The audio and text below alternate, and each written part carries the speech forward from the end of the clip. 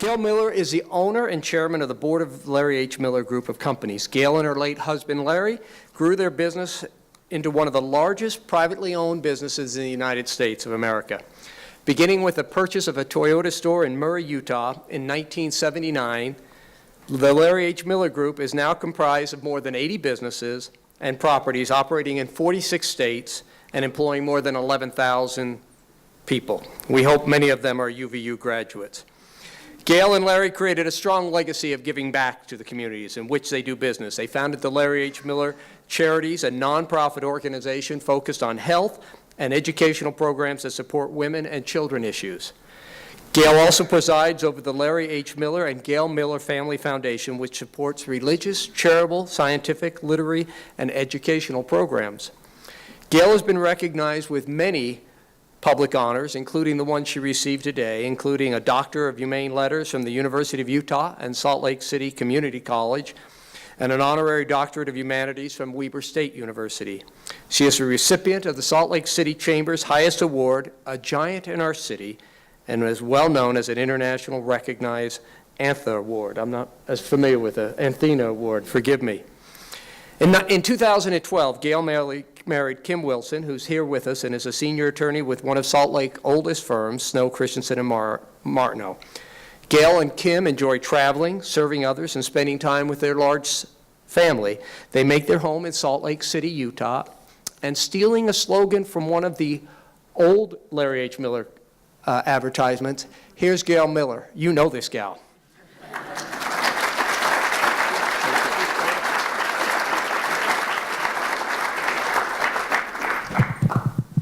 Well, thank you very much for this honor. It's humbling to be recognized in this way, and I appreciate the opportunity to speak to you today and perhaps add a little bit to your life as a student as you prepare to go out into whatever venture you choose.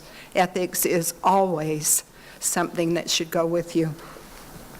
There are three things as a business person that are important to me: leadership, people, and ethics.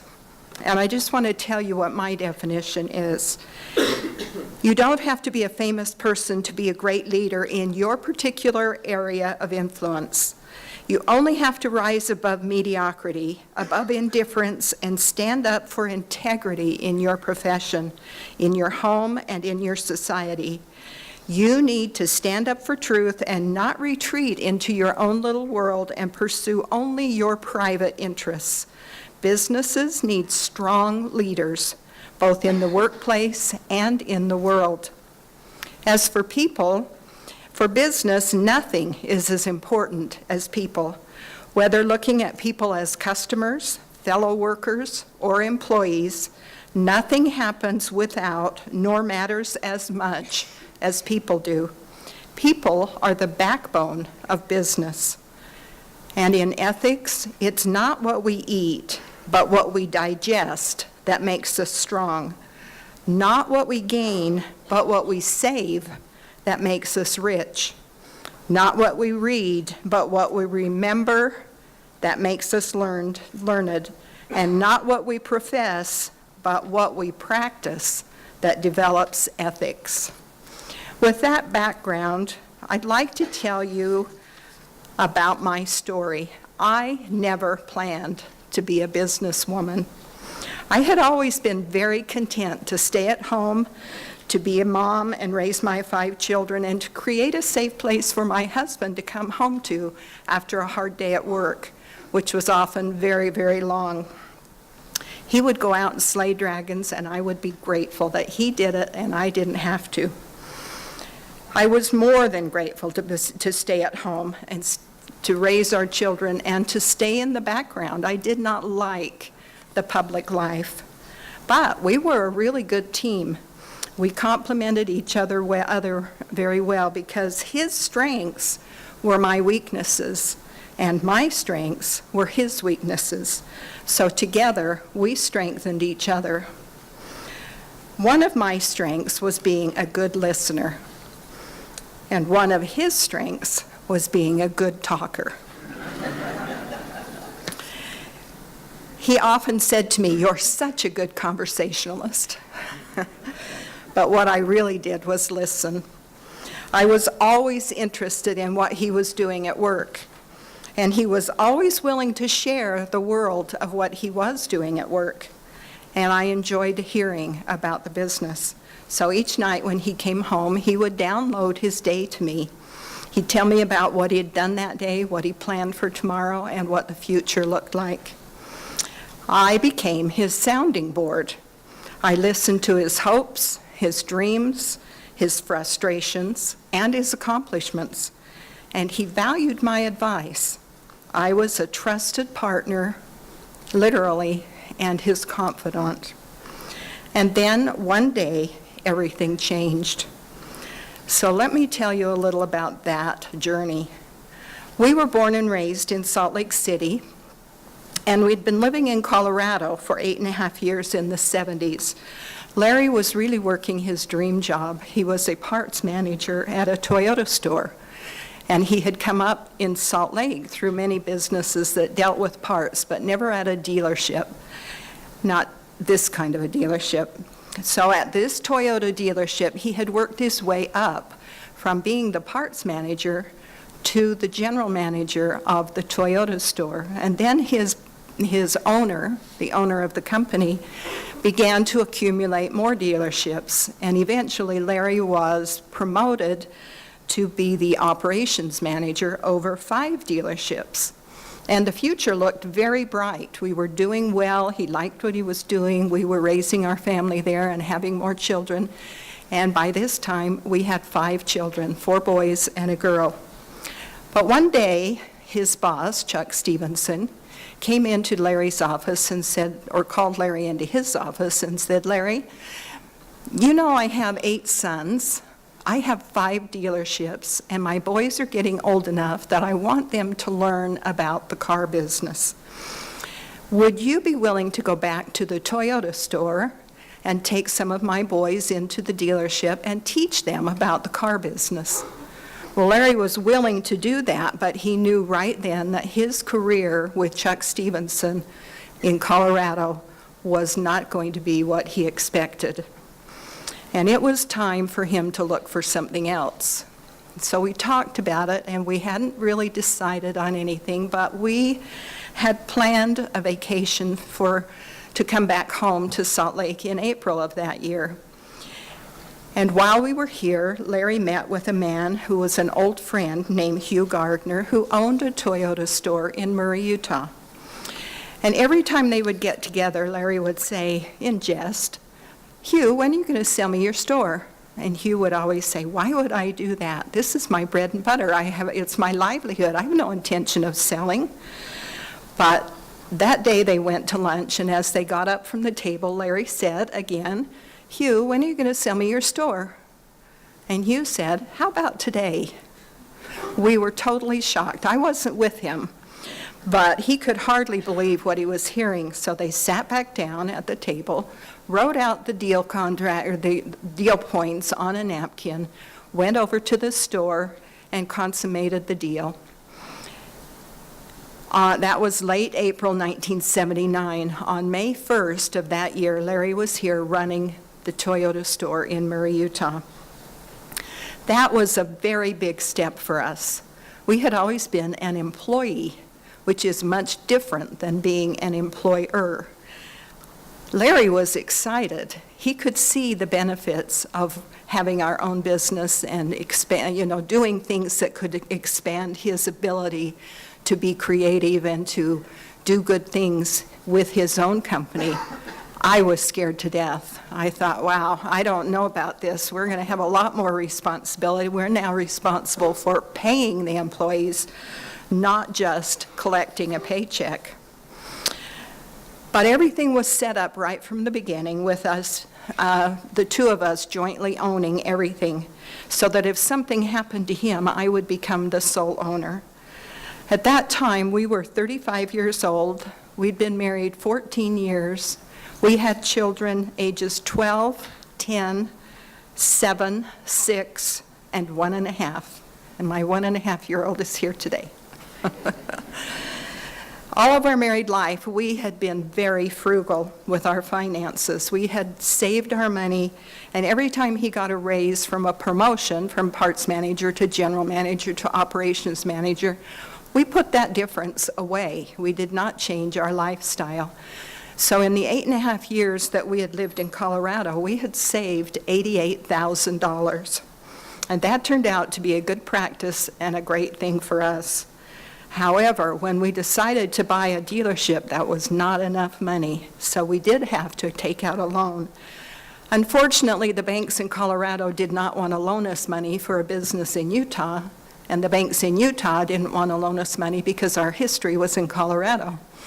So we had to turn to an uncle who owned a construction company, and he was willing to loan us the difference. Well, we didn't have any idea at that time what lay ahead of us. We had no intention of creating an empire of any kind. We thought we would have one dealership, one source of income, one responsibility, and be able to take care of our future, raise our children, provide education, food, clothing, all of the things that you need, and live a simple life.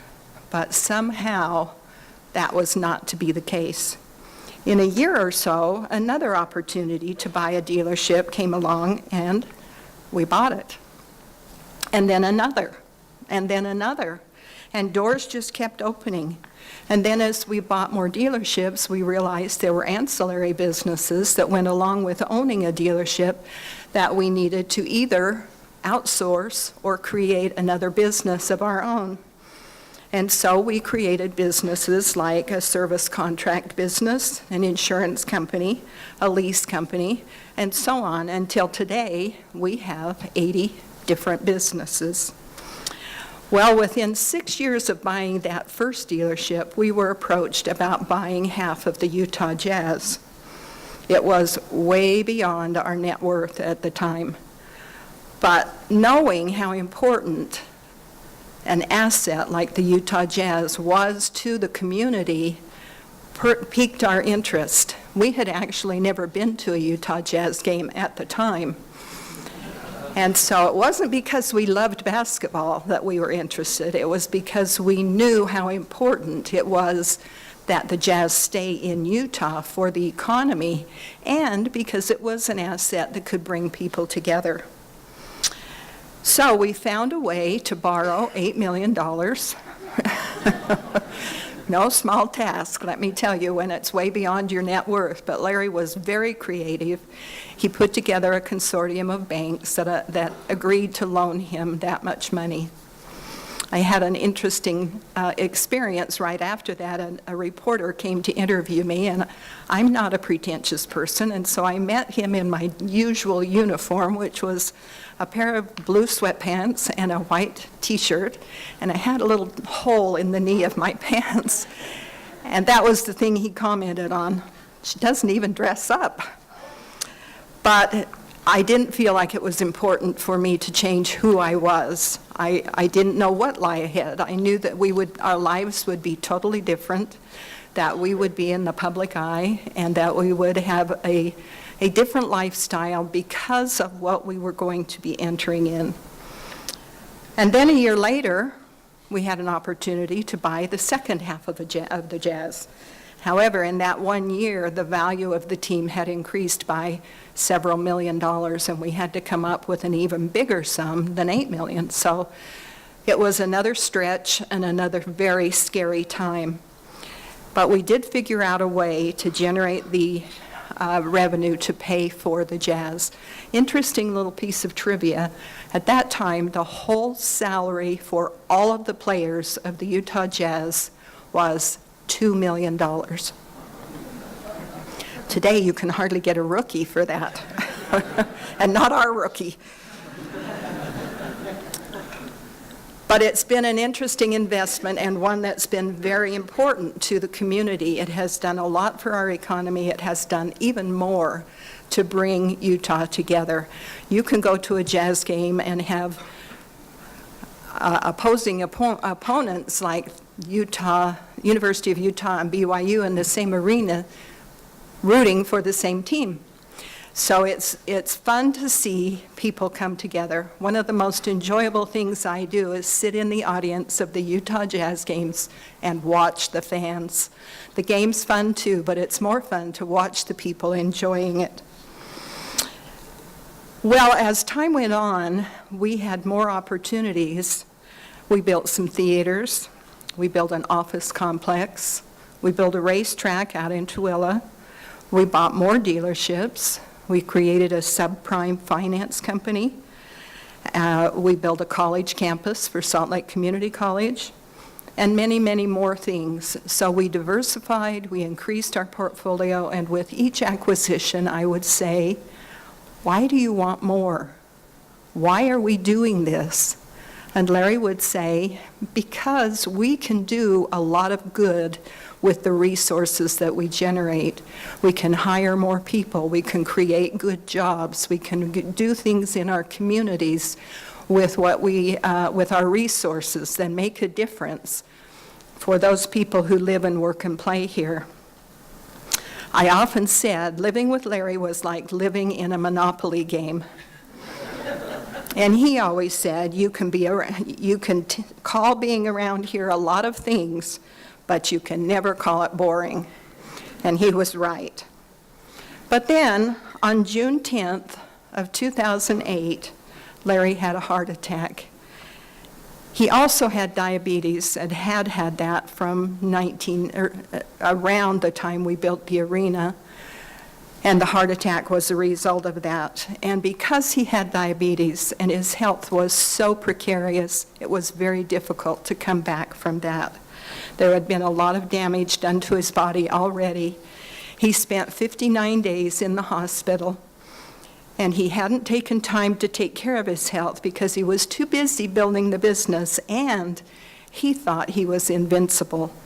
And it was much more satisfying for him, and probably easier, to invest his energy in everything and everyone else.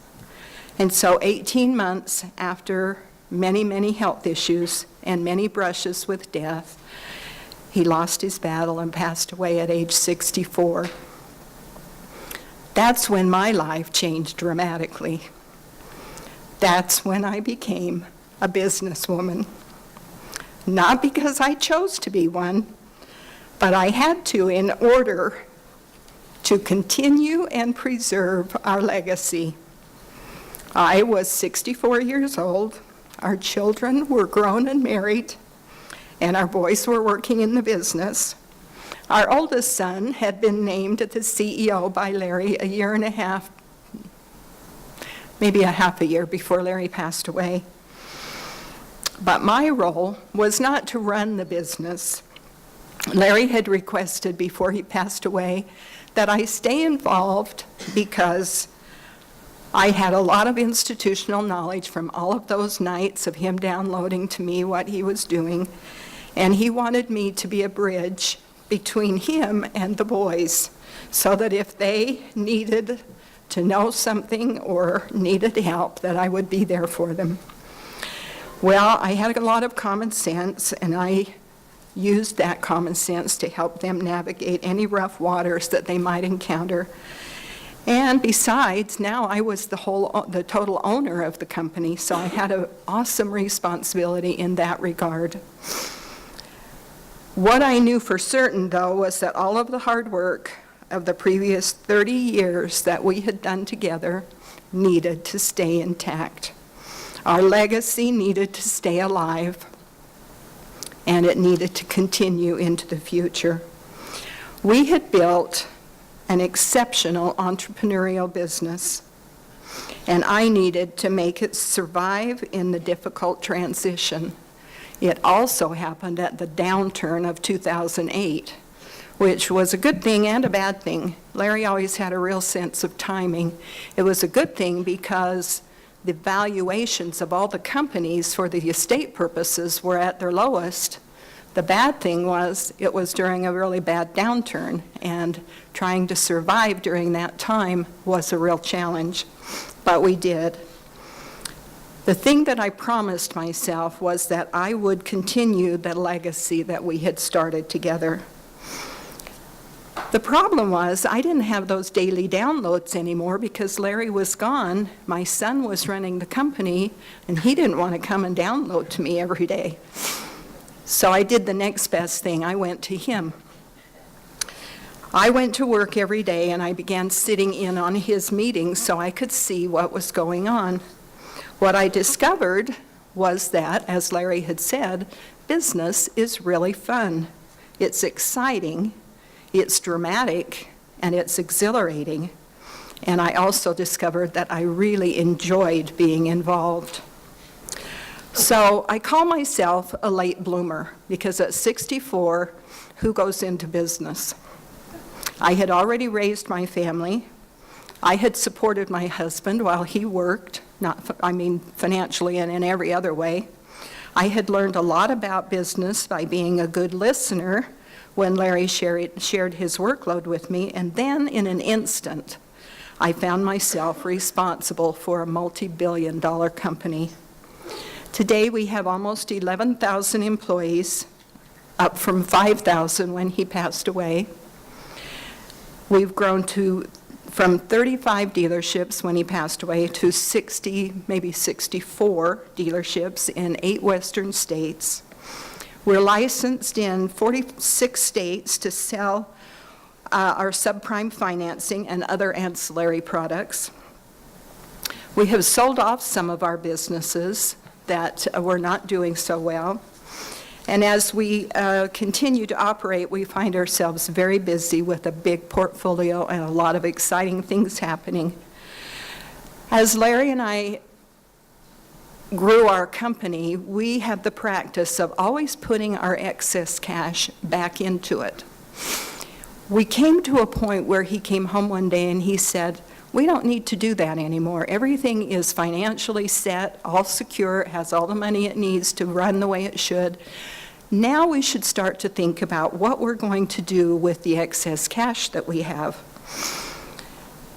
So we created a foundation.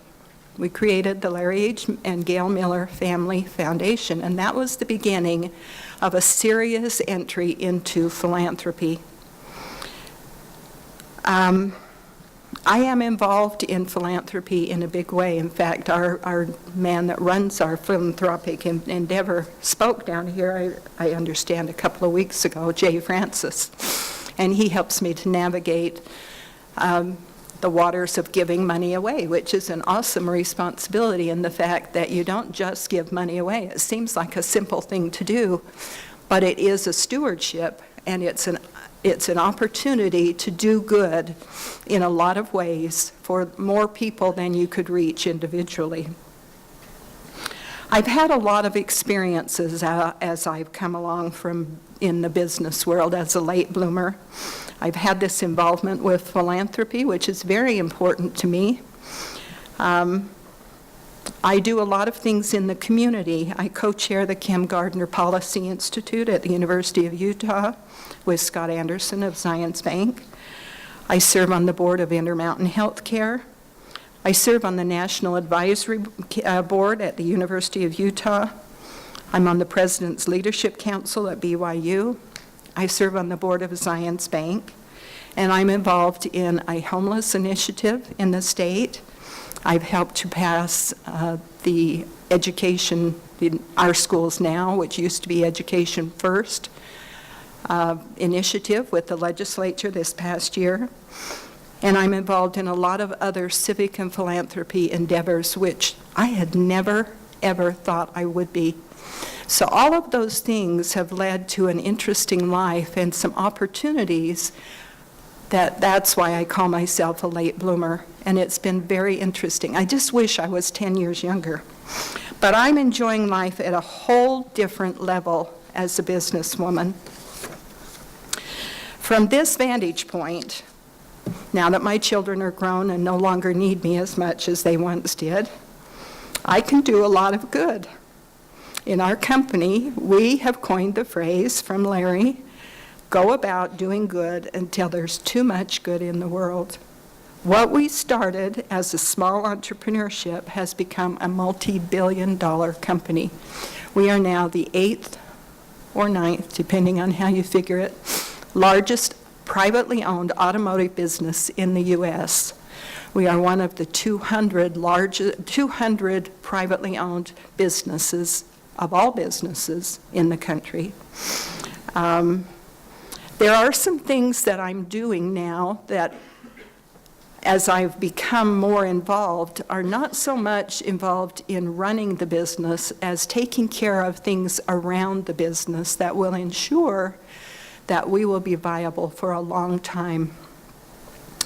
And we cannot be run as an entrepreneur. We're too big now. It needs to have more of a traditional flair with it. So some of the things that I saw that were important as I stepped into the role I'm into today are a corporate structure. I felt it was really important to add to Larry's setup in the estate plan that we could last, that we would be a business in operation for 80 to 100 years. He was able to accomplish that, but what he didn't have time to do was to accomplish a structure that would make it happen over the years. When you have a company, a family business, you have to rely on family to be prepared for each new generation to take over some of the things that the business needs. We found that we were not prepared for that. So for my interest, I felt like creating a corporate board with outside independent directors so that we would be able to have that common thread as the new generations came up. We'd have continuity from one generation to another because they would understand what the family wanted, they would be able to oversee the management of the company, and they would be a resource for those who are running the company, but they would be our resource to have the continuity from generation to generation. We now have 3 generations working in our company. There's me, there are my children, and then we have several grandchildren that are working in the company. I think it's really important to look to the future and understand that there will be changes. There are things coming that we have never, ever had to deal with before. If you just look at the time the iPhone was created, I think it's only been 10 or 12 years. Look at all the things that have happened since the iPhone came into play, all of the electronic advances, and all of the things in business that have changed, and especially in the car business when you think about Uber and Lyft and ride sharing and electric automobiles and autonomous. So it's important for us to plan for the future. So we are doing that along with our board who advises us on how to navigate those difficult journeys. I've enjoyed being involved in the business. I've enjoyed learning what I've learned and seeing firsthand the things that kept Larry away from home for so long. And as I've done this, I understand that there are some really important lessons that I've learned, and I'd like to share some of those with you. This is just a list of lessons that I've learned. I think one of the most important is that ethics, and that's what you're all about, is ethics. It has to be the foundation of what you do. After Larry died, we understood that there would be a growth pattern where we had a lot of employees who never knew Larry and didn't know how hands-on he was and how he ran the company from his vantage point with his desires and his ethics and his business acumen. And so my son, Brian, who is here today, and I talked about creating a program that would allow for us to teach what we were about and what was important for us. So we created a program called Who We Are. And in the Who We Are program, which we present to all of our employees once a year live, and then use for an onboarding and training tool throughout the year, we talked about what our values were. To me, it was very simple. The things that we were built on were hard work, and believe me, it was hard work. Integrity. One thing we were known for is our word was our bond, and we ran our businesses with integrity, and that's still true today. Another one is service. We believe in giving back, in being good to the communities where we do business, and in returning what we've earned to the communities so everyone can benefit. And the other one is stewardship. We believe that we are a stewardship, that what we have is a gift from a higher power that allows us to do what we do because we are entrusted to do the right thing, and we believe that we always try to do that. So that program has been very important and basic to the company from that point on. We teach our employees, we have it, it permeates our company in all of the states where we do business and with all of our employees so that they understand what we expect of them. Now, these are the things that along with that I've learned. And number one is that it's okay to rely on a higher power. In fact, it's not just okay, it's necessary in today's world. Number two is don't ever forget your roots. It's okay to be big, and we never planned to be big, but we are, and it's okay because we do a lot of good. But it's okay to be big in the business world. It just isn't okay to act like you're better than everyone else. Number three is treat your employees, your customers, and everyone with whom you interact with respect, always. Number four is give back, or another way to say it is pay it forward. No one makes it in this life alone. We need each other. Number five is be a student. Learn something new every day. The world is just full of wonderful adventures, and each one that you experience will add richness to your life. You can learn something from every interaction you have in life if you try. Number four, along with learning, is teach. Teach everything good that you know to anybody who wants to listen. We have to be teachers to perpetuate the knowledge that we gain and help others to be successful.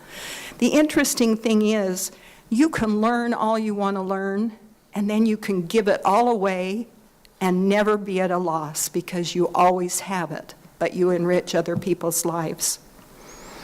So success begets success. Number seven, by learning and teaching and applying correct principles, we become leaders.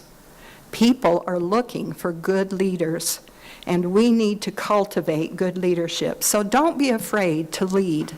Take every opportunity you can to lead and do it in the right way. Number eight, I believe that our people are our most valuable asset. So value everyone and don't take anyone for granted. They are part of your success. Number nine, define your values and live them every day because your reputation is your most important asset. This one is really important, and we used this all along as we were growing. Keep money in perspective. I know it's a whole lot more fun to have money than to not have money, but don't let it be your master. Never let it define who you are. I've been poor and I've been wealthy, and I'm the same person either way because I know who I am and I know what's important to me, and I believe that money is only a tool to do good things with. 11, I want to illustrate to you why I believe that way about money, and this is a lesson that Larry taught at BYU in an entrepreneurship class. But it's how money can affect your life. Money can give you the freedom to live your life the way you want to. It can give you the freedom to earn as much as you want to earn, and you can do whatever you want with your earnings. You have the freedom to bless the lives of others by providing employment and goods and services, and most of all, you have the freedom to live according to the values and beliefs that you cherish as true. However, like everything else in life, money can bring you the exact opposite. It can cause an addiction to the excitement of the venture. It can make you a slave to the indebtedness and demands of others. You could lose all of your wealth, and you might develop an obsession for increased riches and economic power if you're not careful.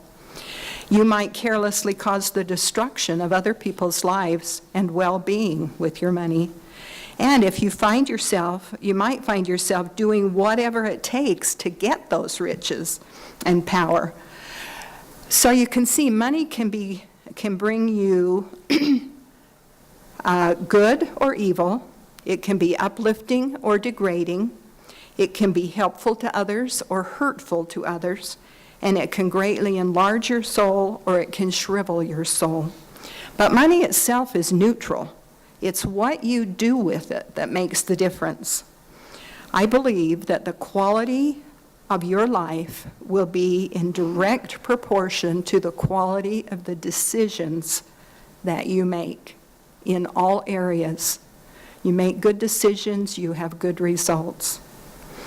I've been exceptionally blessed in my life to have the opportunity to take the journey that I've taken. And I hope that each of you will have success in your life and enjoy your journey and have the courage to be what you want to be and be the best that you can be.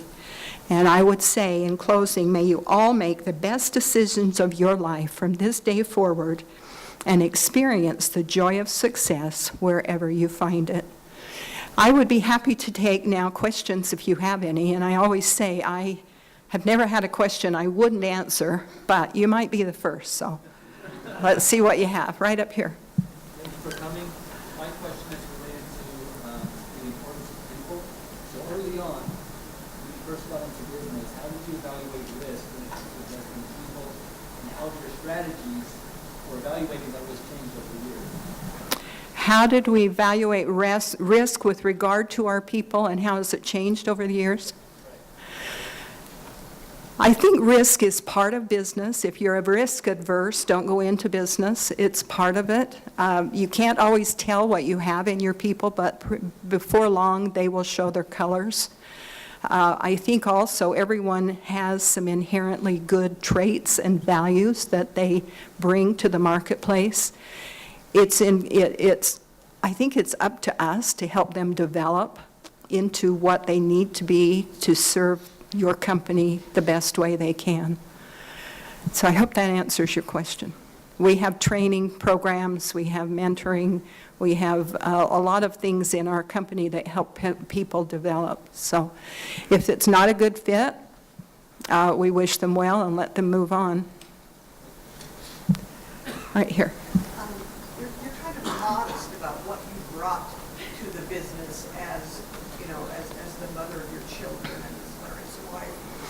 I think that you brought many things that you learned in raising your family and organizing a household and then just dealing with your husband that I think benefited your business. You're exactly right. Her comment is that as a woman raising children, there were a lot of things I learned that I brought to the business. And that's a whole different talk that I give, but it's true. I learned a lot of things that I was able to use as I moved into the business world, like inventory control, discipline. There are a lot of things a mother goes through that are very common sense, and I think women have an opportunity to really think with both sides of their brain. It's often said that if a man and a woman are given the same problem, they'll often come to the same conclusion, but a man will go right to it, and a woman will think all the way around with both sides of her brain and evaluate it and then make a decision. So those years of raising children allowed me to do that, and my common sense was one of the things that Larry relied on for me, a lot from me. So thank you for making that comment. I think all women have an opportunity to have many experiences that men don't and should not be afraid to use them. Fear is a very bad immobilizer. Anyone else? I have 2 minutes. Yes, up here. How much of your success, or especially early on Larry's Miller's success, would you say was because he was very driven, and how much was just circumstances or maybe a hint of luck? I think it's all a factor, circumstances, luck, and being driven. Larry was a person who was not afraid to do things that were hard. He was not risk averse. He also had a very interesting talent to be able to see into the future and evaluate the landscape and see what was coming and where to take risks. But he had a great confidence in his ability, and so did I.